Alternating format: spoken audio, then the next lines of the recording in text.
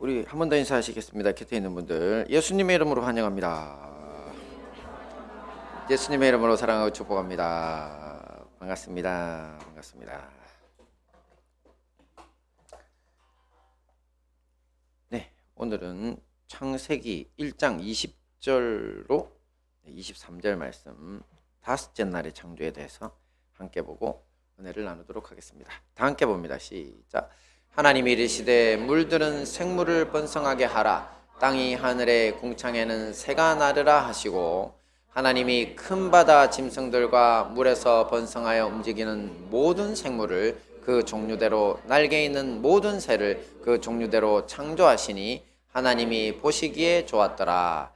저녁이 되고 아침이 되니 이는 다섯째 날이니라. 아멘. 네, 이번 주 창세기 다섯째 날의 주인공은 하늘의 궁창을 날아다니는 새, 또 큰 바다 짐승들과 바다 속을 움직이는 모든 생물입니다.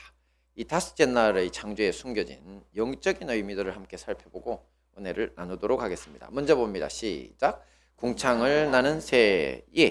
옛날부터 사람들은 창공을 자유롭게 날아다니는 새를 부러워했습니다. 그러다가 결국 1903년에 이 라이트 형제에 이르러서 비행기라는 발명품으로 어느 정도 그 소원을 이루게 됩니다.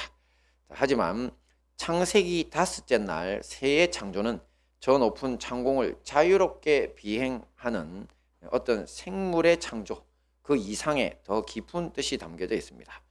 그 의미를 한번 생각해 보면, 창세 이후에 우리 인간들을 포함한 모든 생물들에게 있어서 하늘은 하나님의 영역이고요, 땅은 지상에 사는 생명체들의 영역입니다. 그리고 우리가 둘째 날의 창조에서 본 것처럼 하늘과 땅은 궁창이라고 불리는 생명의 울림을 통해서 서로 소통하고 있다고 했죠.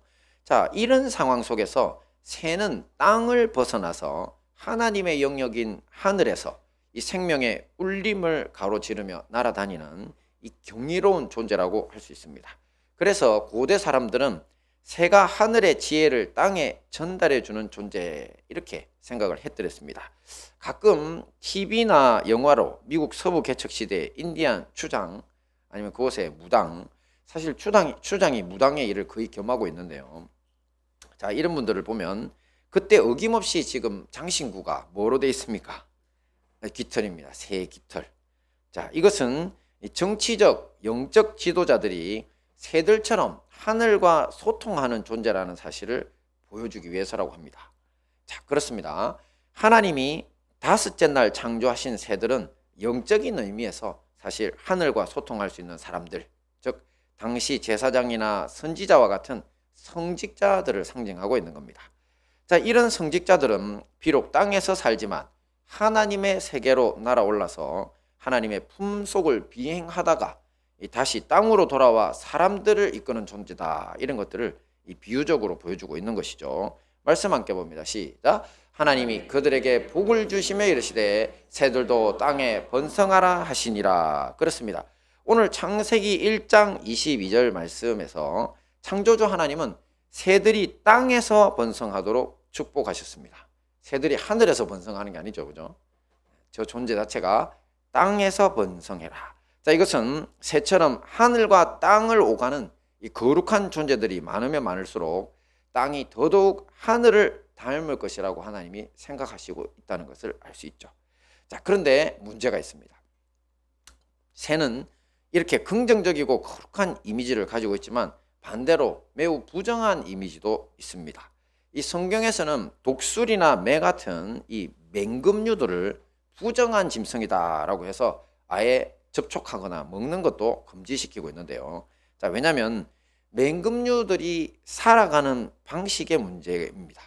자, 이것들은 살아있는 생명체를 사냥해 죽이거나 아니면 죽은 동물이나 사람의 사체를 뜯어먹고 살기 때문입니다. 자, 이것은 타락한 성직자들이 어떻게 살아가는지를 보여준다고 할 수 있습니다. 이 역사적으로 볼 때 타락한 성직자들의 삶은 영적으로는 성도들을 잡아먹거나 아니면 죽은 영혼들의 사체를 뜯어먹고 사는 것과 같은 참으로 부정한 삶이었다는 것입니다. 자, 예수님께서 씨 뿌리는 비유를 들면서 가장 먼저 길가에 떨어진 씨앗에 대해 말씀하신 것 기억하실 겁니다. 이때 예수님은 농부는 하나님, 농부가 뿌리는 씨앗은 하나님의 말씀이라고 했고, 그 씨앗을 먹어버리는 존재는 누구라고요? 새라고 했잖아요. 앞에 거룩한 이미지의 새가 하나님 말씀을 먹어버린다고요? 그러니까 예수님은 이 새들을 마귀라고 하셨습니다. 자, 당시 예수님의 말씀을 성도들이 먹을 수 없도록 방해했던 존재가 누구냐면 새의 역할을 맡았던 제사장들과 바리새인들이었습니다. 그들이 성직자니까. 자, 이들이 바로 새들이고 마귀 자체라고 비유적으로 말씀하신 것입니다. 그렇다면 이 말씀은 오늘날 우리에게 어떻게 적용돼야 할까요? 자, 믿음의 선배 사도 바울이 선포합니다. 함께 봅니다. 시작. 네, 죄송합니다. 네, 이렇게 가끔 가다가 PPT에 오류가 생기네요. 죄송합니다. 자, 오직 너희는 택하신 족속이요 왕 같은 제사장들이라. 이 구절을 외워야 되는데 빠져버렸어요. 네, 다시 한번 외워볼까요? 오직 너희는 택하신 족속이요 왕 같은 제사장들이다. 그렇습니다. 우리가 뭐라고요? 왕 같은 제사장. 우리 성도들이 바로 제사장이랍니다. 그러니까 이 말은 무슨 말이냐면 오늘날은 2000년 이후 예수님이 오신 이후로는 특별한 성직자들보다 오히려 모든 성도들이 왕 같은 제사장의 사명을 감당하고 있다는 겁니다. 그러니 궁창으로 불리는 하나님의 세계로 올라가서 하나님의 품속을 비행하다가 땅으로 돌아와 사람들을 이끌 책임이 소수의 성직자들에게 있는 것이 아니라 이제 모든 성도들이 그 역할을 해야 한다는 겁니다. 자, 그렇다면 우리는 어떻게 하나님의 세계를 비행할 수 있을까요? 우리도 날아올라야 되잖아요. 그죠? 자, 이것을 보여주시는 것이 바로 예수님의 침례 장면입니다. 침례 요한에게 침례받기 전에 예수님은 공생애 이전에 그냥 사람으로서의 삶을 사셨죠. 그냥 우리와 같은 평범한 삶. 자, 그때 이제 침례를 기점으로 이제 이 땅에 오신 하나님 아들로서의 삶을 사시거든요. 자, 그때 어떤 일이 있었는지 말씀을 봅니다. 시작.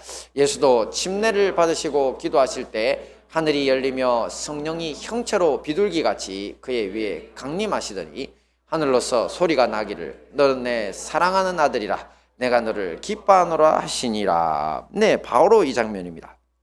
보시면 예수님이 기도하실 때 하늘이 열리고 성령님이 비둘기같이 그 위에 임하셨다고 했습니다.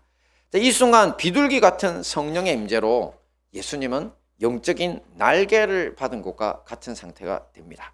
바로 궁창이 하나님의 세계로 연결이 되면서 바로 하나님의 음성, 너는 내 사랑하는 아들이다, 내가 너를 기뻐하노라는 것을 듣게 되는 겁니다.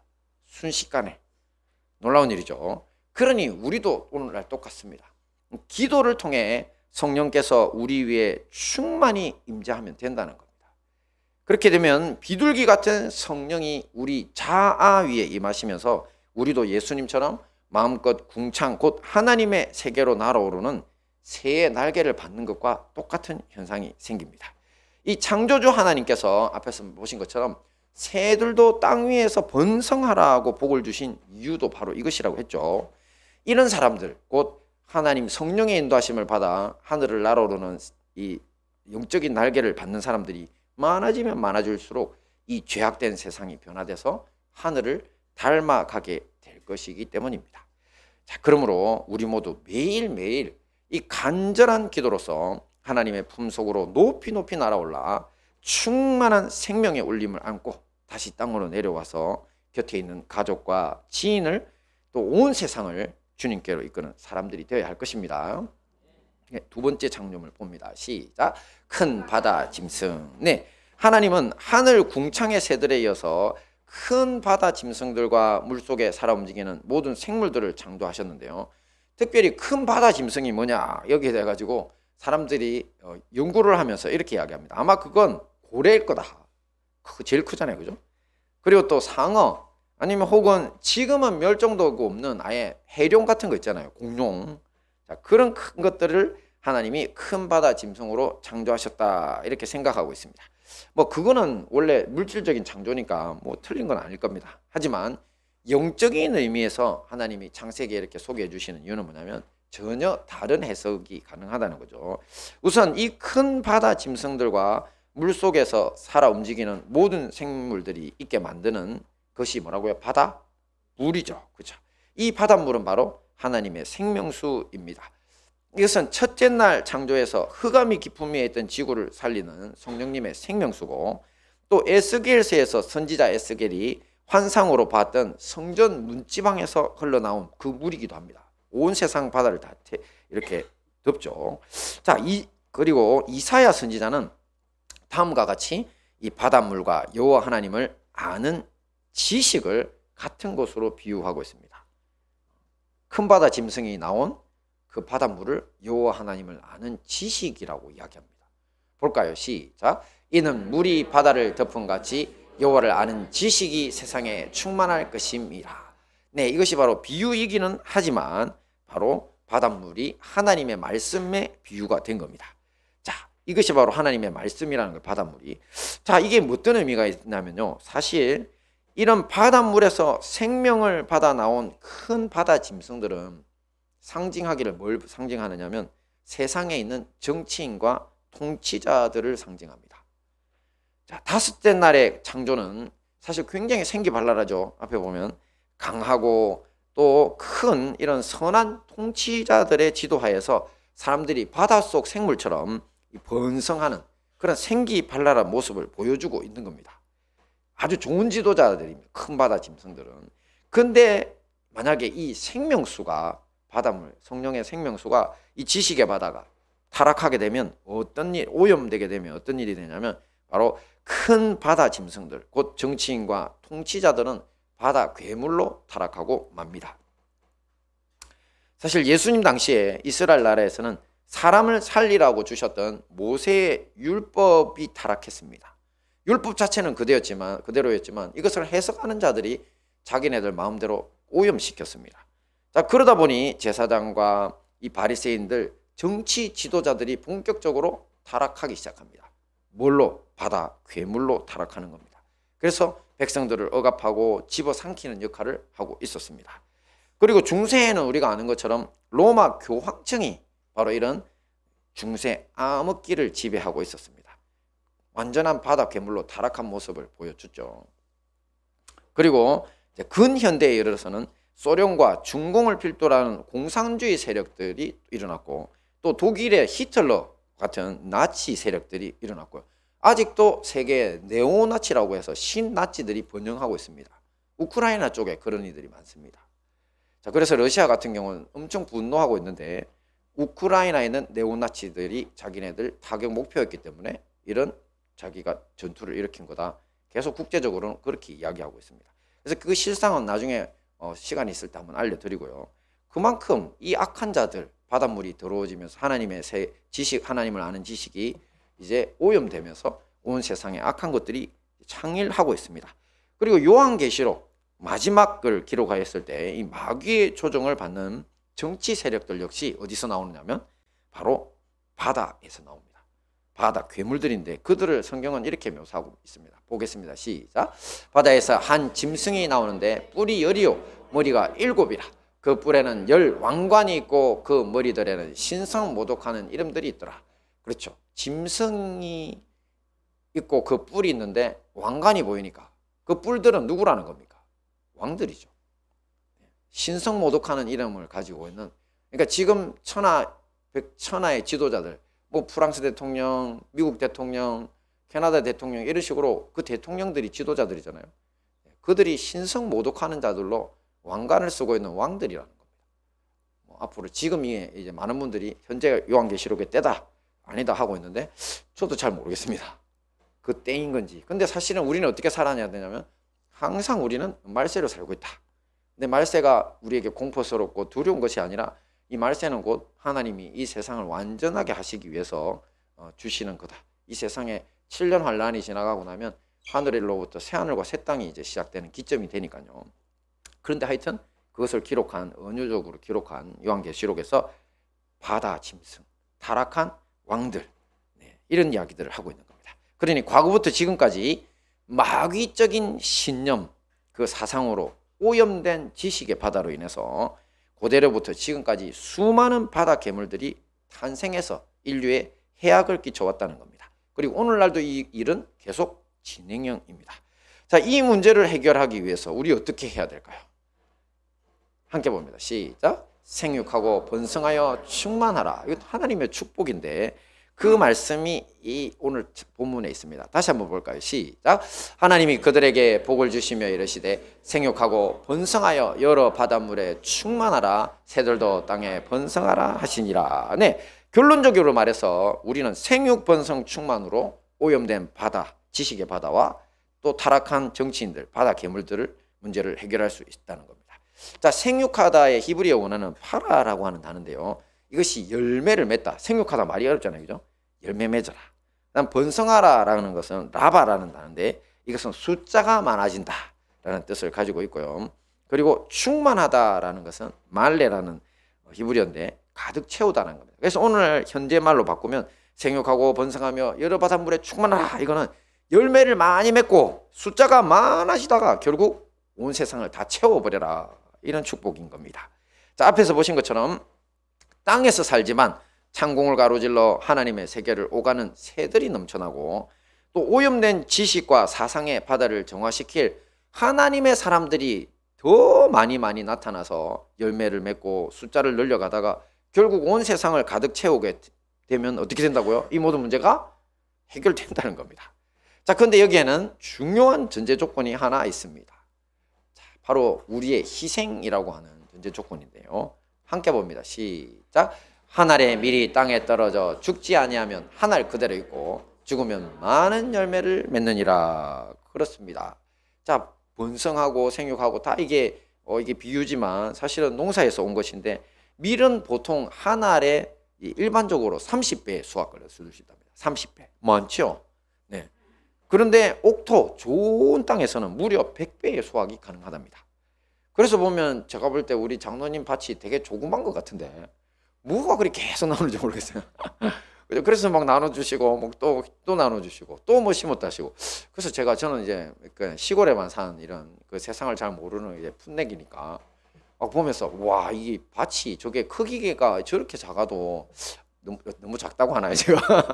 남들이 볼 때 엄청 큰 밭인데 네, 그건 계속 나오는 거 보고 이야, 땅이 가진 생명력이 진짜 대단하다. 그러니까 옥토는 밀 하나를 심기면 100배나 낸다는 겁니다. 자, 그런데 이 밀이 100배든 30배든 결실하려면 어떻게 된다고요? 죽는 과정이 필요합니다. 흙 속에 들어가서 죽어야지 거기서부터 발아가 되면서 이제 저런 열매를 맺게 된다는 거죠. 희생의 과정입니다. 이것이 바로 세상과 다른 하나님의 방식입니다. 하나님은 한 사람이나 소수의 사람들의 희생을 시작으로 열매 맺고 숫자가 많아져서 온 세상을 가득 채우는 방식으로 문제를 해결해 가신다는 겁니다. 그래서 제일 먼저 자기를 희생한 분이 누굽니까? 예수님이시죠. 바로 하나님 자신이 자기의 방식을 먼저 우리에게 본을 보이신 것입니다. 십자가에서 죽어서 무덤에 장사되시죠. 희생이죠. 하지만 3일 만에 부활하십니다. 그러니까 희생보다 더 비교도 할 수 없는 큰 영광이 부활에 있다는 거거든요. 그 부활의 열매를 맺으셨고 예수님을 따르는 수많은 성도들이 지난 2000년 동안 모두 이 한 알의 밀알이 되는 길을 따라서 오고 있습니다. 자, 아직 갈 길이 많이 남아있는 것처럼 보이는 것도 사실입니다만 그래도 크게는 수많은 독재자들의 학정에 신음하던 국가들이 해방되었고요. 또 앞으로도 더 많은 나라와 민족들이 구원받을 줄을 믿습니다. 그리고 작게는 우리의 가정에서부터 이 바다 괴물들이 바뀌고 있죠. 자, 우리가 과거 살펴본 대로 인류의 타락 이후에 첫 번째 살인은 바로 가인과 아벨이라고 하는 형제 사이에 일어납니다. 곧 가정에서 벌어진 일입니다. 하나님이 축복하신 천국의 모형인 가정이 바로 바다 괴물의 초소가 된 것이라고 볼 수 있죠. 하지만 단 한 사람이라고 할지라도 가족 중에 예수님 믿고 성령 충만 받는 이가 있다면 이 문제는 해결될 수 있습니다. 그가 한 알의 밀알이 되어 희생하면 생육하고 번성하여 바다에 충만한 가정을 만들 수 있기 때문입니다. 자, 이런 가정 하나하나가 모여서 사회가 되고요. 또 이런 사회 하나하나가 모여 국가가 되고 또 그런 국가들이 모여서 세계가 되는 것입니다. 우리 모두 한 알의 밀알과 같은 희생의 사람이 되기에 힘써야 할 것입니다. 자, 말씀을 정리하겠습니다. 오늘 다섯째 날의 창조의 주인공들은 뭐였고 그 의미 각각 뭐였습니까? 첫째 어떤 창조물이 있었나요? 궁창을 사는 새. 그렇습니다. 원래 새는 땅에 살지만 하나님의 세계로 날아올라 하나님의 품속을 비행하다가 땅으로 돌아와서는 사람들을 이끄는 성직자들을 상징한다고 했죠. 하지만 오늘날은 우리 성도들 모두가 바로 성령 충만한 기도로서 하나님의 세계와 이 땅을 오가면서 그 사명을 감당할 수 있다고 했습니다. 두 번째 창조물 뭐였습니까? 큰 바다 짐승. 그렇죠. 바다는 하나님의 생명수인 지식의 말씀을 상징하고 큰 바다 짐승들은 바로 정치, 종교, 지도자 등 이 땅의 통치자들을 상징한다고 했는데 이 지식의 바닷물이 오염되면 지도자들이 바로 바다 괴물로 타락하고 만다고 했습니다. 자, 그리고 이것들을 해결할 수 있는 방법은요? 뭐였습니까? 생육하고 번성하여 충만하는 길이죠. 우리가 예수님처럼 하나님의 밀이 되어서 죽으면 생육하고 번성해서 땅에 충만한 가정과 온 세계를 만들 수 있다고 했습니다. 자, 이 모든 말씀으로 성령 충만으로 기도하고 하나님의 밀을 되어 승리하시는 우리 행복한 다니엘 교회와 형제교회 성도님들 되시기를 축원합니다. 아멘. 우리